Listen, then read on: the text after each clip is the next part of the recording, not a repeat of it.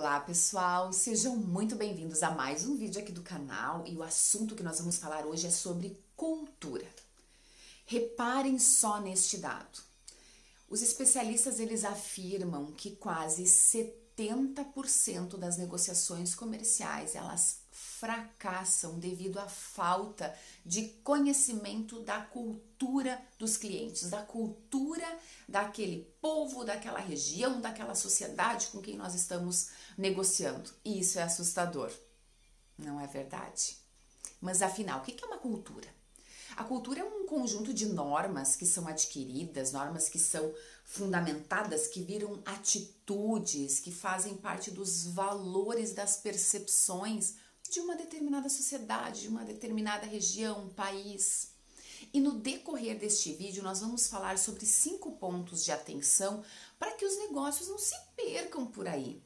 E eu vou contar ao final aqui para vocês um caso real que aconteceu comigo por falta de respeito à cultura. Então eu te convido a ficar comigo aqui neste vídeo para saber mais. Muitos de vocês já devem ter me ouvido falar que cultura a gente não fica criticando, que cultura a gente respeita, a gente entende. E se aquela cultura daquele determinado povo, país, região agride os nossos valores enquanto pessoa, ser humano, profissional, nós temos o direito de não iniciar ou de não dar seguimento àquele contato, àquela negociação. Respeitar é parar. Respeitar é, por vezes, interromper uma relação, interromper uma negociação. Vamos partir do princípio de que o respeito e a adaptação de uma cultura, ela é a base para a relação comercial. Ela é a base para os negócios internacionais. Muitos países eles possuem um forte controle sobre a população, mas o peso da cultura é maior. O peso da cultura daquela região, daquele povo, daquela sociedade vai ser o fator determinante da negociação seguir ou não. Então vamos analisar aqui 5 pontos de atenção referente às diferenças culturais e que talvez muitos de vocês aqui já sentiram na prática. Primeiro, o Brasil ele é um país muito receptivo para o turismo dos negócios, mas nem todos os países são assim. Tem países que possuem tradições bem fortes e não são tão receptivos para as pessoas que vêm de fora negociar.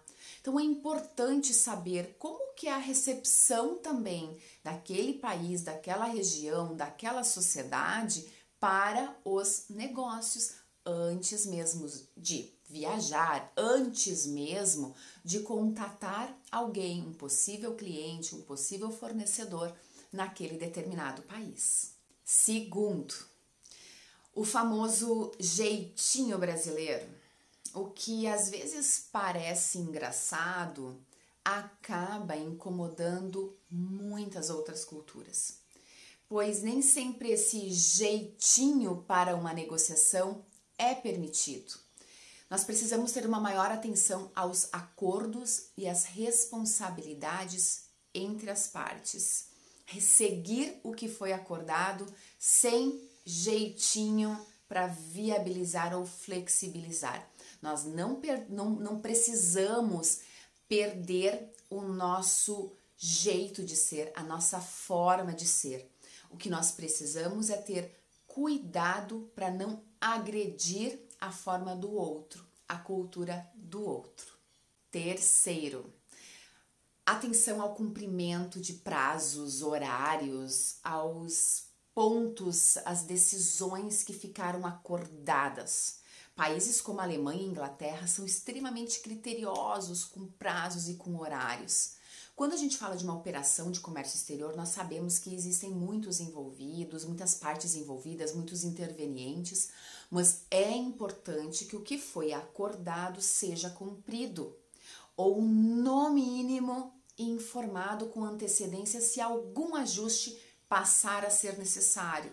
Só que cuidado, não realizem ou evitem ao máximo ter ajustes e negociações a todo momento, todo dia, toda semana ou todos os pedidos junto àquele cliente. A exceção não pode virar regra, mas a gente precisa partir do pressuposto de que o que foi acordado deve ser cumprido, e isso para todas as partes envolvidas. Quarto, burocracias de cada país. E como há, e nós brasileiros sabemos muito bem disso. E aqui eu digo assim, que os importadores irão me entender. Porém, é fundamental entender a regra do jogo para negociar com um determinado país, uma determinada cultura. Saber a documentação antes, lá no início da negociação, é muito importante, é fundamental, para que a gente possa se preparar e entender também custos que podem estar envolvidos para que toda a documentação necessária possa ser apresentada. Nós precisamos disponibilizar todo o documento, exatamente todos os documentos, exatamente como os nossos clientes precisam, para que eles possam liberar a carga deles lá no destino sem qualquer prejuízo no menor tempo possível. Então a gente precisa perguntar, se colocar no lugar dele, perguntar de forma prévia como que é a legislação no teu país na questão de documentos, de burocracia, como eu devo agir para evitar e para te ajudar, para evitar que você tenha quaisquer problemas no momento de receber a carga. Então, questionem os clientes, não há outra forma melhor de saber tudo o que eles precisam a não ser questionando. E o quinto ponto que eu trago aqui nesse vídeo, ele se refere às amostras. Parem tudo e perguntem para o cliente como devem fazer. Por favor, não vamos colocar uma amostrinha não declarada junto com aquele embarque, porque vai dar problema. A regra é comunicação e a gente precisa perguntar antes para não errar. Muitas vezes, muitas origens gostam de encaminhar uma amostra, gostam de encaminhar um brindezinho, né? E não avisam. E se você não tem o documento exatamente com o que tem naquela carga, naquela operação, vai ter uma discrepância. E discrepância é passível de penalidades. Então, sem surpresas, né? Então, vamos perguntar, não enviem amostras sem antes ter tudo acordado com o cliente de vocês. E avisem os fornecedores também. E é sobre amostrinha surpresa que eu tenho uma aqui para contar para vocês. Um caso bem real que eu vivi.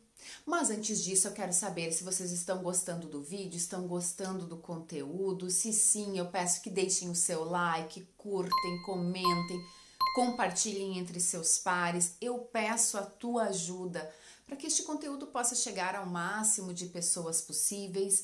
E caso você ainda não esteja inscrito aqui no canal, aproveita para se inscrever, acione o sininho.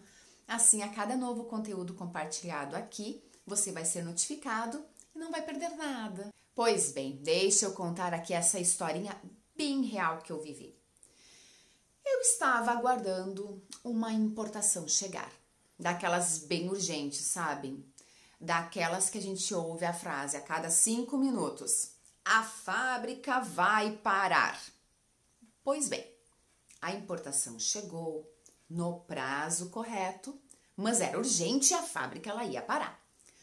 A declaração de importação foi registrada, a equipe da fábrica já estava organizada para receber e pá!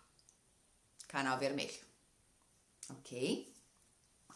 Vamos aguardar e pedir aquela atenção bem especial para o fiscal analisar logo os documentos e fazer a vistoria da carga, né? Ele fez no tempo dele. Só que, acho que vocês vão concordar comigo, nem sempre o tempo deles é igual ao nosso tempo. Às vezes o nosso tempo, ele corre muito mais rápido. Pois bem, a vistoria documental foi feita, então vamos para a vistoria física e pá! Abre o container e há uma bicicleta numa carga de calçados. E a pergunta: o que uma bicicleta fazia no meio de uma carga de calçados? E não estavam nos documentos essa informação, né? Então vai lá, Sheila, entre em contato com o fabricante, o fornecedor, para saber o que aconteceu e vem a incrível resposta. Sheila, resolvemos te fazer uma surpresa, te enviar um presente de Natal, então aproveitamos o espaço que havia no container e enviamos a bicicleta. Você gostou dela? Acreditem em mim, eu não estava acreditando nas informações que eu estava lendo naquele e-mail. Então, eu tive que explicar para o fornecedor que não funciona assim no Brasil, que as nossas regras aqui são diferentes, não pode simplesmente encaminhar algo, que eu agradecia muito ele pelo gesto, pela gentileza, mas que nunca mais isso devia acontecer, porque a carga física precisa estar igual ao que está declarado no documento. Bem, eu nunca vi a tal da bicicleta, né, pessoal? Não recebi a bicicleta, não vi a bicicleta, mas a bicicleta me deu um grande problema. Moral da história, né? Vamos ter atenção às surpresinhas que nós mandamos, às surpresinhas que nós recebemos, até porque, gente, quem trabalha em comércio exterior não precisa ter mais surpresas ainda. Vocês não concordam comigo? Eu confesso para vocês que hoje até eu acho essa história engraçada, mas na época ela não foi nem um pouco. Pessoal, vamos sempre lembrar que em uma negociação internacional as pessoas elas não estão separadas somente pelo idioma ou pela distância geográfica. As pessoas elas também estão separadas pelas diferenças culturais. E saber lidar com essas diferenças faz todo sentido e é fundamental para que uma negociação gere os resultados positivos que nós esperamos. Nenhuma cultura está 100% certa, mas também não está 100% errada. Ela precisa ser respeitada, né? E é somente quando a gente sabe lidar com essas diferenças que nós evoluímos enquanto pessoas e nas nossas negociações também. Lembrem que ninguém está sozinho no comércio exterior, então, se precisar, peçam ajuda. Fica aqui o meu agradecimento por todos que ficaram até o final deste vídeo. Um abraço do tamanho do mundo, sucesso a todos vocês e até o próximo. Tchau!